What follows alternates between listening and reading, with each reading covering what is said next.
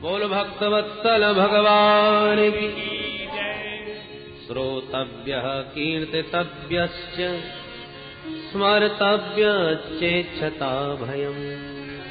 जो मृत्यु के भय से मुक्त होना चाहे उसे भगवान की महिमा ज्यादा से ज्यादा सुननी चाहिए ताकि मन प्रभावित हो जाए। और सुन के मन जब बहुत प्रभावित हो जाए तब कीर्तितव्यः, भगवान की महिमा को पहले तो सुनो, उसके बाद फिर दूसरों को भी सुनाओ। सुनने की महिमा ज्यादा है, हमेशा सुनाने की बात दूसरे नंबर पर। श्रवण गृणन, सुनाना दूसरा, वर्णन करना दूसरे स्थान पर, सुनाना पहले स्थान पर।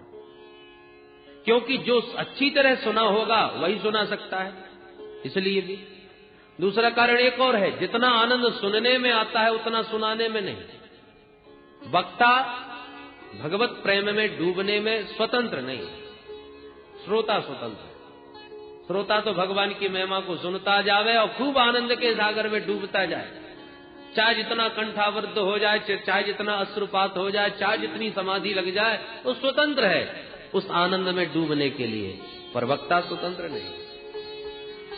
वक्ता कहीं प्रेम में ज्यादा डूब गया तो वाणी अवरुद्ध हो जाएगी, और जब वाणी अवरुद्ध हो जाएगी तो कथा कैसे होगी। एकदम डूब गया तो फिर वो वर्णन ही नहीं कर सकता, इसलिए उसे अपने को संभालना पड़ता है। इसलिए पहले श्रवण करो और फिर दूसरों को भी डुबाओ।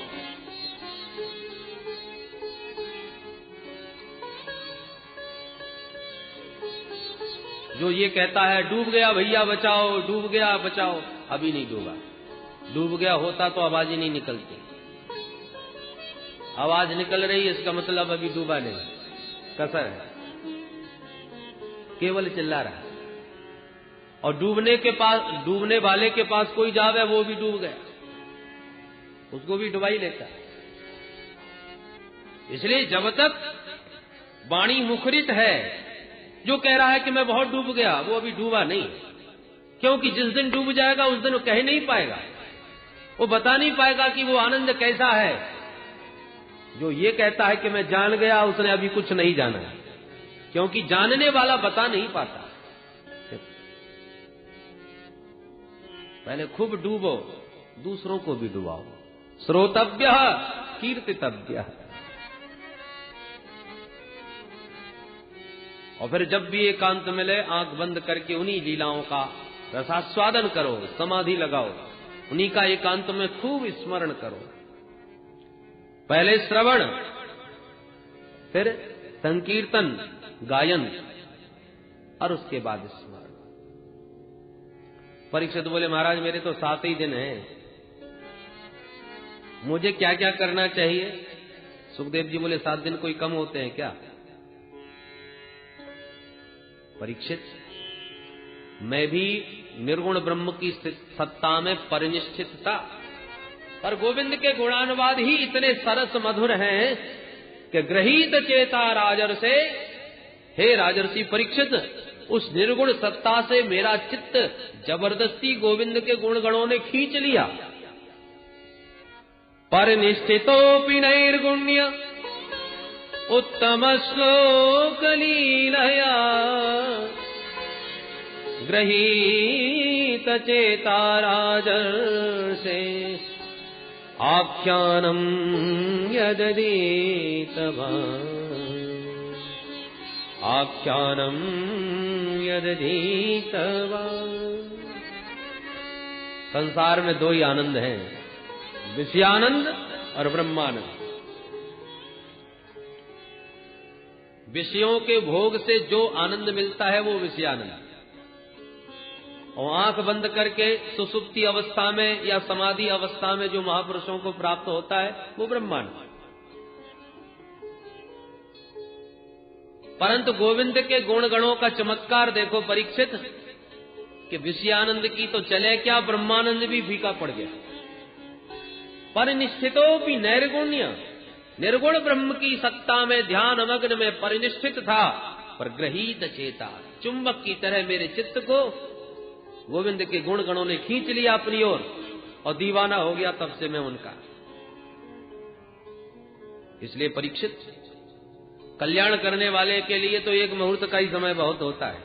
खट्वांग नाम के राजा ने एक मुहूर्त में ही मुक्ति पाई। मुहूर्ता सर्वमुत्सृज्य गतवान अभयम हरि, अब आप पे तरह कौरव्य सप्ताहम जीवतावधि। जब एक मुहूर्त के अंदर खट्वांग ने मुक्ति पाली तो क्या तुम 7 दिन में नहीं पा सकोगे? गदगद हो गए श्री परीक्षित महाराज, मृत्यु का भय तुरंत भाग गया। देखिए, ये डॉक्टरों की अपनी विशेषता है।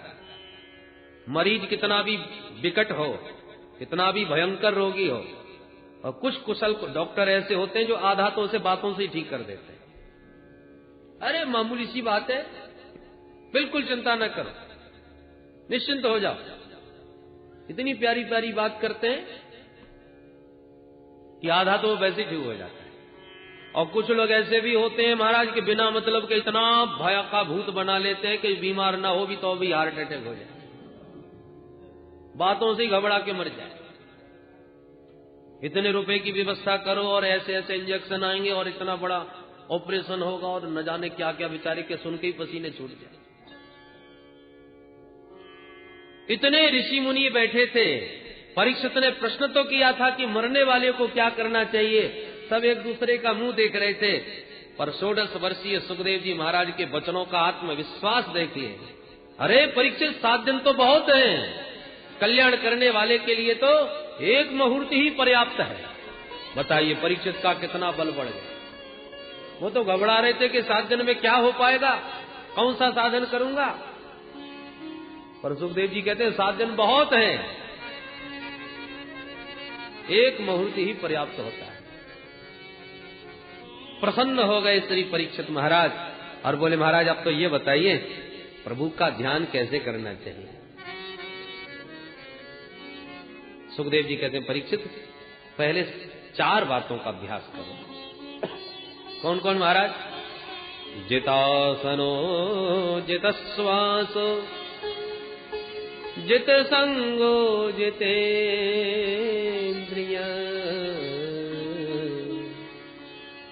स्थूले भगवतो रूपे मनः संधारये धिया मनः संधारये धिया। परीक्षित, सबसे पहले जितासन बनो, आसन को जीतो। आसन जो तुम्हें अच्छा लगता हो, सुखद लगता हो, वही आसन को सिद्ध करो। चाहे वज्रासन हो, चाहे पद्मासन हो, सुखासन होना। रीढ़ की हड्डी सीधी करके बैठो, क्योंकि जब तक आसन की सिद्धि नहीं है तब तक शरीर का ही ध्यान बना रहता है। 5 मिनट हुए नहीं आंख बंद करने को कि घुटने दुखने लगे, फिर कमर दुखने लगे, फिर पैर पसारने लगे। इसलिए जितासन, उसके बाद जितश्वास, प्राणायाम का खूब अभ्यास करो। पूरक, कुंभक, रेचक आदि पद्धतियों के द्वारा प्राणायाम के भी कई प्रकार हैं। उस प्राणायाम के अभ्यास से श्वास पर नियंत्रण करो। श्वास का संबंध मन से है। श्वास का जितना आप श्वास पर जितना नियंत्रण होगा उतना ही मन भी तुम्हारा शांत होगा। मन में क्रोध आ जाए तो देखिए श्वास भी गर्म हो जाती है, श्वास की गति भी तेज हो जाती है, फुसकार भरने लगता है।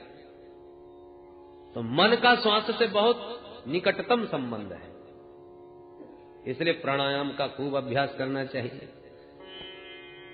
प्राणायाम परम बलम, भगवान ने कहा बड़ा बल है प्राणायाम। तीसरी बात बताई जित संग,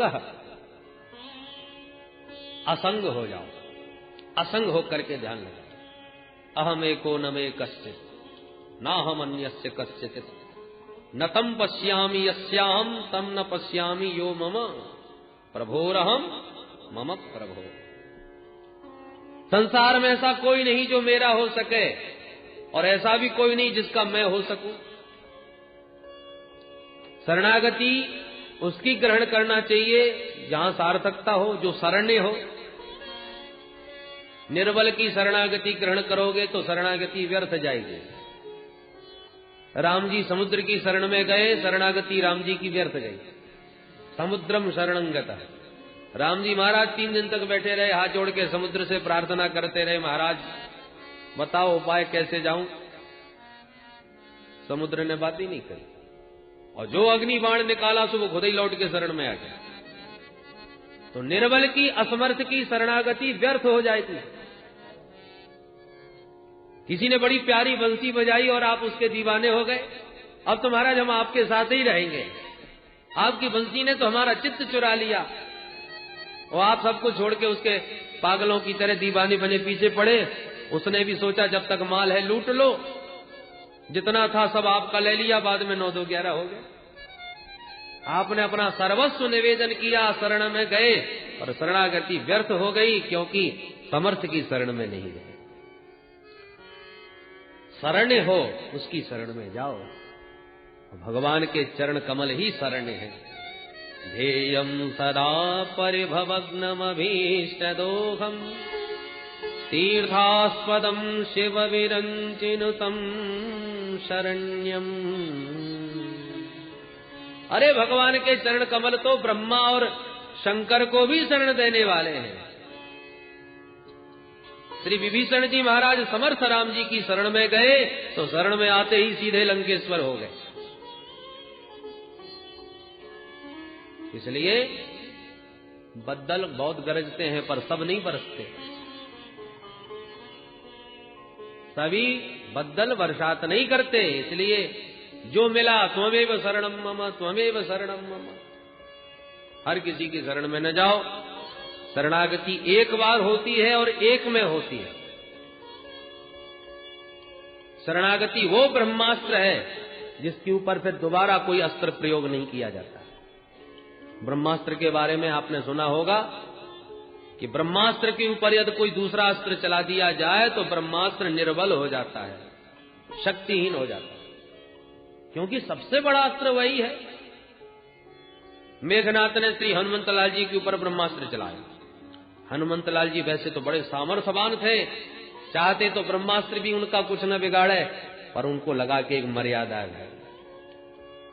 जो न ब्रह्म सर मानहु महिमा मिटई अपार।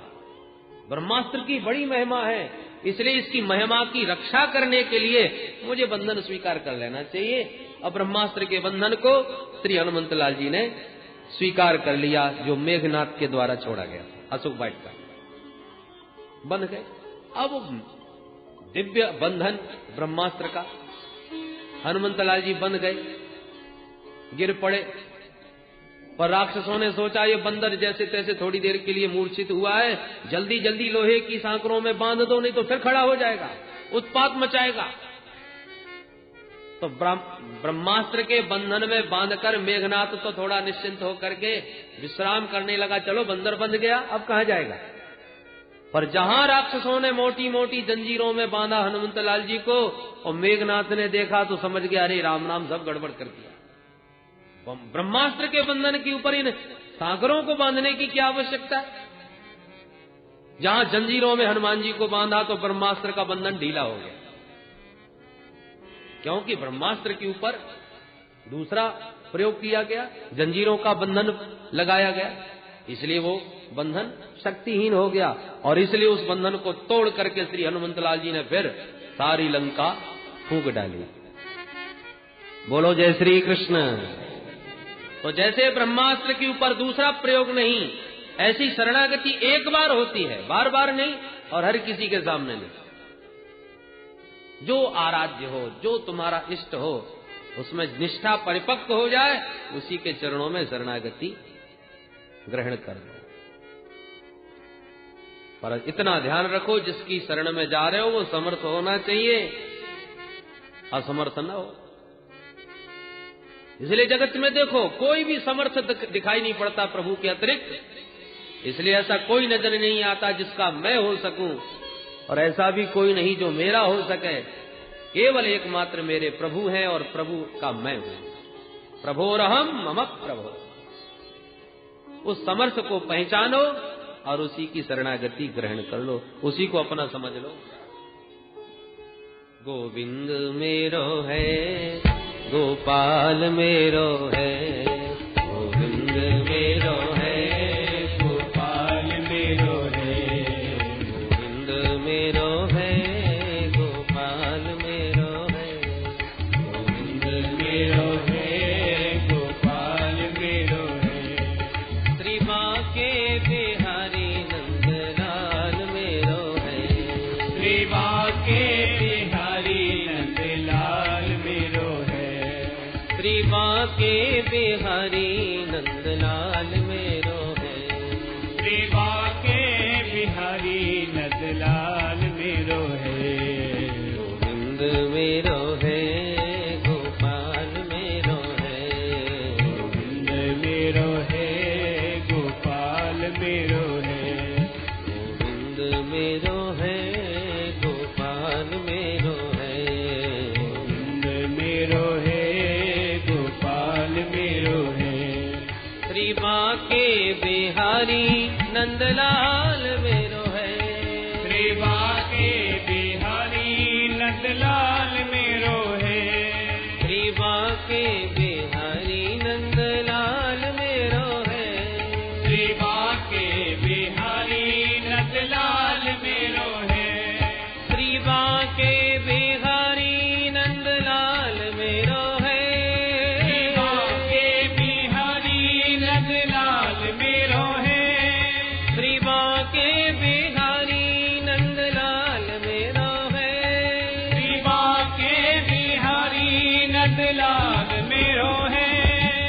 बांके बिहारी नंदलाल मेरो है, श्री बांके बिहारी नंदलाल मेरो है।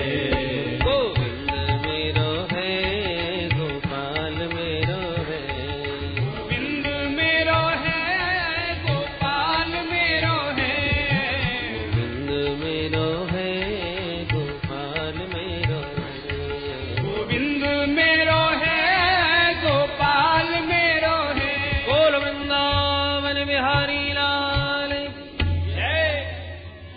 उन प्रभु को अपना मानो और प्रभु के चरणों में ही अपने को समर्पित कर दो।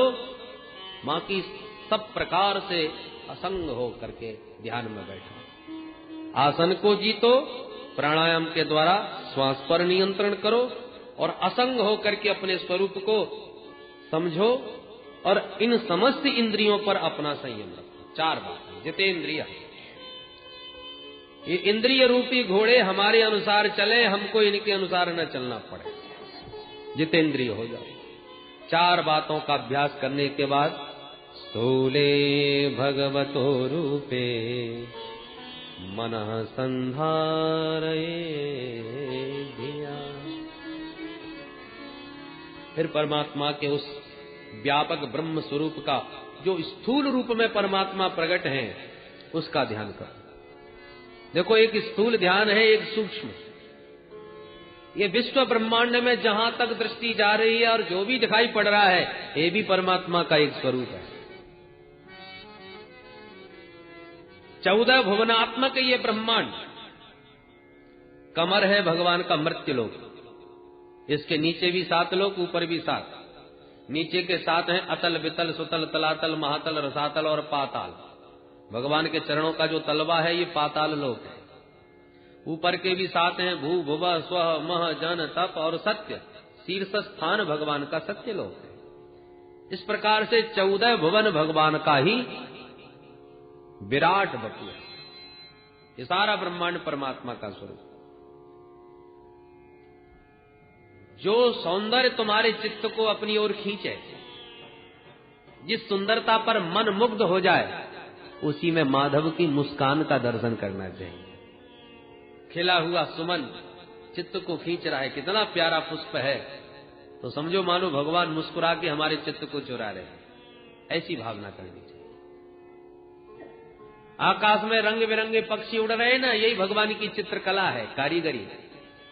चाहे जितने बढ़िया बढ़िया चित्र बना लो, 10-20 साल में फीके पड़ जाते हैं। पर मोर के पंख पर क्या चित्रकारी भगवान ने कर डाली कि सालों तक रखे रहो, रंग भी फीका पड़ने वाला नहीं। वयांश यद व्याकरणम विचित्रम, विचित्र कृति है प्रभु। ब्राह्मण क्षत्रिय वैश्य शूद्र ये चारों वर्ण भगवान के ही अंग हैं। परीक्षित, उस परमात्मा ने जगत में जन्म दिया और जन्म के साथ साथ जीव के भोजन का भी सारा प्रबंध किया, जीवन रक्षा का भी सारा प्रबंध किया। रहने के लिए पर्वतों में गुफाएं बना दी, पीने के लिए पर्वतों में पानी के झरने गिरा दिए, पाने के लिए पर्वतों के ऊपर ये सुंदर सुंदर फलदार वृक्ष पैदा कर दिए। अब जीवन धारण के लिए बस इतना ही चाहिए, रोटी कपड़ा और मकान। भोजन के लिए वृक्षों में फल दिए, पीने के लिए पर्वतों में पानी के झरने दिए, रहने के लिए पर्वतों में गुफाएं दे दी।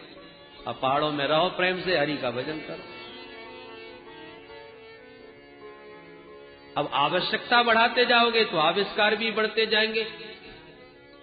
अब प्रकृति से ज्यादा छेड़छाड़ करोगे तो प्रकृति भी कोप करके आपको कष्ट प्रदान करने लगेगी। संत को चाहिए भगवान के दिए हुए उस उपहार में प्रसन्न रहे।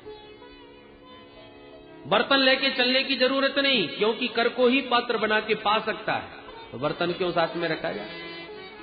कर पात्र बनो, कर कोई पात्र बना के कर पात्री बन के भोजन करो। धर्म सम्राट श्री स्वामी करपात्री जी महाराज का नाम ही इसलिए पड़ा, वैसे उनका नाम तो धर्म सम्राट श्री स्वामी हरिहरानंद सरस्वती था, परंतु कर को ही पात्र बना के पाते पाते नाम ही उनका श्री स्वामी करपात्री जी महाराज हो गया। सत्यांक्षितौ किम कश्यपु प्रयासै, अरे संतों का तो सारी धरती ही बिछोना है, और ये लंबी लंबी भुजाएं है ना, यही महात्माओं के तकिए बन जाती है। भुजा मोड़ के सिर के नीचे लगा लिया, वो बन गया तकिया। हाथ ही उनके पात्र हैं। कपड़ों की आवश्यकता पड़े तो वृक्षों की जो छाल है वही उनके कपड़े हैं। वृक्षों ने अभी भोजन देना बंद नहीं किया।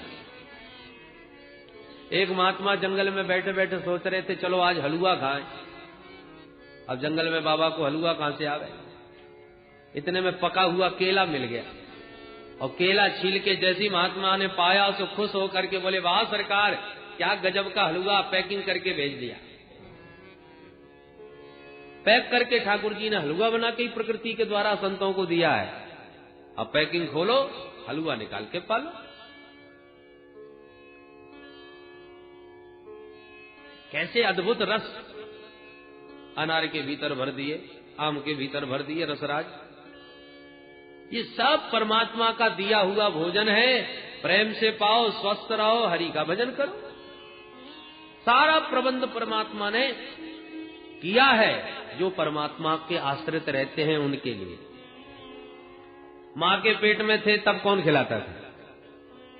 उस समय भोजन किसने दिया? ठाकुर जी ने तो प्रबंध किया कि आप्यायनी नाम की नाड़ी से सारा रस ग्रहण करता रहता है मां के गर्भ में बालक। बालक को कोई कष्ट न हो, वहां पर भी उसको सुरक्षा के कवच में व्यवस्थित कर दिया। अब बालक जगत में आने में समर्थ हो गया तो प्रसूति वायु के प्रबंध के द्वारा तुरंत मां के गर्भ से बाहर निकाल दिया। ये भी तो प्रबंध उसी का है कि समय पर ही प्रसूत वायु आकर के उसे बहिर्भूत करती है गर्भ से। अब जगत में अभी आया ही आया है, जगत की वस्तुओं को खाने में अभी समर्थ नहीं है, तो अब कैसे भरण पोषण होगा? भगवान ने तुरंत मां के स्तनों में दूध का संचार कर दिया। लोग कहते हैं क्षीर सागर एक कपोल कल्पना है, दूध के भी कई समुद्र हुआ करते हैं। अरे भैया, यदि प्रभु के पास क्षीर सागर न होता तो जो लाखों जन्म ले रहे हैं जीव, उनके लिए दूध की सप्लाई कहां से होती? कुकर सुकर किसी का भी बच्चा हो, 84 लाख योनियां हैं, पर बालक ने जिसने भी जन्म दिया, भगवान ने अपने क्षीर सागर से मां के स्तनों में कनेक्शन फिट कर दिया दूध का, और बालक को दुग्ध पान होने लगा। बालक के निमित्त ही वह दुग्ध है। डॉक्टर भी कहने लगे मां का दूध पिलाओ, बच्चा स्वस्थ रहेगा, क्योंकि ठाकुर जी दही ही उसके लिए रहे। मां के दुग्ध का पान करने के लिए बच्चे को दांतों की आवश्यकता नहीं पड़ती, इसलिए भगवान ने दांत दिए भी नहीं। परंतु अब कुछ खाने पीने की इच्छा बालक में जागी, कुछ सामर्थ्य भी शरीर में आने लगी, तो दांतों की आवश्यकता भी पड़ने लगी, तो भगवान ने हल्के हल्के दांत भी दे दिए, दूध के दांत अब देना प्रारंभ किया, क्योंकि अब आवश्यकता पड़ने लगी। और जहां पाने लगा बालक इधर उधर की वस्तुओं को, तो भगवान को लगा अब दूध की आवश्यकता नहीं रही, तो कनेक्शन काट दिया। अब दूध नहीं मिलेगा, खाओ। बाहर की वस्तुओं का सेवन करते करते बालक बड़ा होने लगा, स्वस्थ होने लगा, धीरे धीरे नवयुवक बन गया। अब तो बड़े बड़े चनों को भी चबा करके खा जाता है, जठराग्नि भी प्रबल हो गई। तो भगवान कह रहे दूध वाले दांतों से अब काम नहीं चलेगा, अब तो मजबूत वाले दांत लो। तो दूध के दांत वापिस लेने लगे और दूसरे दांत देने लगे मजबूत। अब इनसे चाहे जितना चबाओ, चाहे कुछ कुछ चबा जाओ, स्वस्थ दांत दे दिए युवावस्था में। परंतु जहां जवानी ढलने लगी, बुढ़ापा आने लगा, मंदाग्नि पेट में पड़ने लगी, अब खट्टी डकारें आने लगी, महाराज कुछ हजम ही नहीं होता। भगवान कहते अब दांत वापस करो, फिर बन जाओ वेदांती। अब दांत छोड़ो और एकांत में बैठ के फलाहार करके फिर हरि का भजन करो। जीवन के लक्ष्य को समझो। फलाहार करोगे तो स्वस्थ रहोगे, उल्टा सीधा खाओगे तो फिर बीमार पड़ोगे, इसलिए दांत ही ले लिए वापस। सारी व्यवस्था ये अद्भुत कौन कर रहा है? ये सब संचालन किसके द्वारा हो रहा है? अरे भाई, जब चित्र दिखाई पड़ता है तो चित्र देखते ही चित्रकार का स्मरण स्वाभाविक होता है। भाई किसने बनाया, बड़ा गजब का चित्र है। जब कोई सुंदर मूर्ति दिखाई पड़ती है तो मूर्तिकार का ध्यान आ ही जाता है, गजब की मूर्ति है, किसने बनाई भाई? कोई ना कोई तो कारीगर होगा जिसने मूर्ति बनाई या चित्र बनाया। कृति को देख करके कर्ता का स्मरण हो ही जाता है। कोई कृति अपने आप नहीं, कोई उस कृति का कोई ना कोई कर्ता होता है। तो जगत है परमात्मा की कृति, उस कर्ता का भी तो स्मरण करना चाहिए। इस जगत को देखकर फूलों में कितने सुंदर सुंदर रंग भर दिए, जीवों के भरण पोषण का कितना सुंदर सुंदर प्रबंध कर दिया। इन सब का प्रबंधक कौन है? सूर्य चंद्र का ये संतुलन कौन बना रहा है? वो भगवान सूर्य थोड़ा नीचे खिसक आवे तो भस्म हो जाए धरती, और तनिक ऊपर खिसक के चले जाए तो बर्फ जम जाए इस धरती पर। ये बैलेंस किसने बना रखा है? ये असंख्य तारे आपस में घूम रहे, ये सब प्रबंध करने वाला कोई तो प्रबंधक है।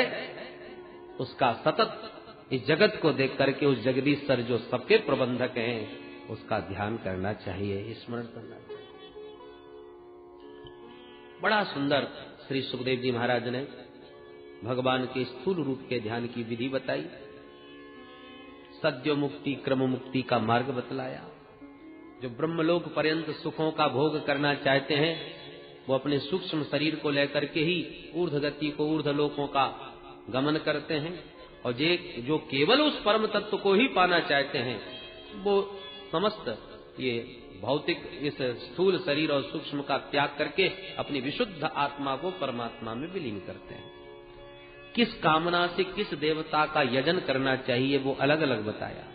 अन्न की कामना है तो अदिति माँ की उपासना करो, रूप की कामना है तो गंधर्वों की उपासना करो, विद्या की कामना है तो भोलेनाथ की उपासना करो, दाम्पत्य जीवन सुखमय चाहते हो तो माता भवानी की उपासना करो, और कुछ ना चाहते हो तो भगवान नारायण की उपासना करो। अकामः सर्व कामो वा मोक्ष काम उदारधीः तीव्रेण भक्ति योगेन यजेत पुरुषं परम। निष्काम हो या सकाम, मानव मात्र को परमात्मा प्रभु श्री नारायण की उपासना तो करनी ही चाहिए, क्योंकि मनुष्य शरीर ही उपासना के लिए मिला है।